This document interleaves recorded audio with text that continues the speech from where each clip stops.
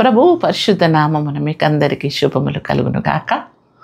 మరి ఈ యొక్క సంవత్సరంలోనికి మనం అడుగుపెట్టి ఈ మంత్ అంతా కూడా మరి మనను కాపాడిన దేవుడు, మరి దేవునికి కృతజ్ఞతాస్తుతులు. మరి ఒక్కసారి ఈ యొక్క వాక్యంతో మీ ముందుకు వచ్చుటకు దేవుడు కృప కలుగజేశాడు. ఈరోజు వాక్యాన్ని మనం ధ్యానించుకుందాము. కీర్తనలు 23:1 యెహోవా నా కాపరి, నాకు లేమి లేదు. మరి దావీదు రాసినటువంటి కీర్తన. దావీదే ఒక కాపరిగా ఉన్నాడు, అడవిలో సంచరిస్తున్నాడు. ఆయనను వెంబడించేటటువంటి అనేకమైనటువంటి మేకలు, గొర్రెలు, మరి ఆవులు కూడా ఉండవచ్చు దాని లోపల. మరి అనేకమైన జంతువులు ఆయన వెంబడి వెళ్తూ ఉన్నాయి.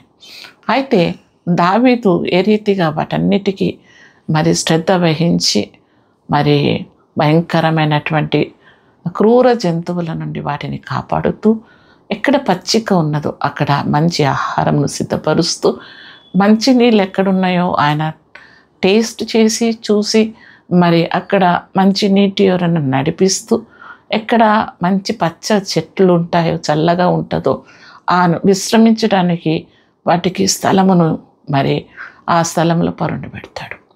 కాబట్టి ఈ గొర్రెలు నిశ్చింతగా మరి ఏమి భయం లేకుండా, ఒక ఏ యానిమల్ వచ్చినా, ఏ ముళ్ళు వచ్చినా, ఎక్కడికి వెళ్ళాలో జస్ట్ ఆ కాపరిని వెంబడిస్తూ ఉంటాయి. ఇంకా ఆయన అన్నీ చూసుకుంటాడు. ఆహారము, నీళ్ళు, మరి సమస్తమును కూడా ఆయనే చూసుకుంటాడు. మరి మనము కూడా మనుషులైనటువంటి మనము కూడా ఈ లోకంలో మరి మనకు ఈ లోకంలో అనేకమైన అవసరతలు ఉన్నాయి. ఉదయం లేస్తూనే మనకు ఆహారం కావాలి, పెట్రోల్ కావాలి, డబ్బులు కావాలి, ఆరోగ్యం కావాలి, నెమ్మది కావాలి, జ్ఞానం కావాలి.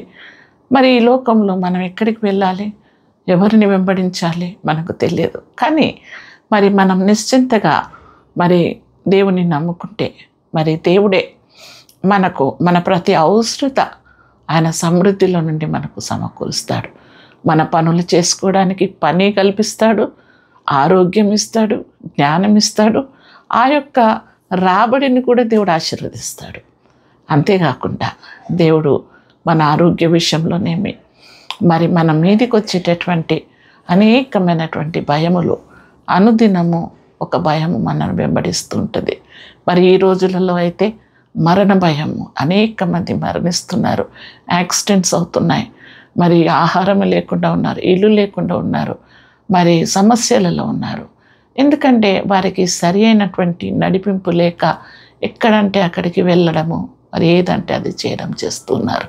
కానీ దేవుడు మన తండ్రి, ఆయన మనను ఆ రీతిగా విడిచిపెట్టకుండా మనకు ఏది మేలో, ఏది మనకు దీవెనకరమో, ఏది మనకు మన శరీరానికి ఆరోగ్యం ఇస్తుందో, ఏ యొక్క మంచి స్థలమో అక్కడనే మనను కాపాడేటటువంటి వాడు. ఆయన కనుపాపలలో పెట్టుకొని మనను కాపాడేవాడు, ఆయన చేతి నీడలో మనను కప్పేవాడు మన దేవుడు నమ్మకమైన దేవుడు. మరి ఎవరైతే ఆయనను విశ్వసిస్తారో దేవుడు వారి ప్రతి అవసరత, మరి ఏది కూడా మన జీవితంలో కొదువ అనేది లేకుండా పరిపూర్ణమైనటువంటి ఆశీర్వాదాలను, తృప్తిని దేవుడు మనకివ్వడానికి సిద్ధంగా ఉన్నాడు. మరి అటువంటి దీవెనలు మీకు కావాలంటే ప్రభువుని నమ్ముకొని ఆయనను వెంబడించడమే మన పని.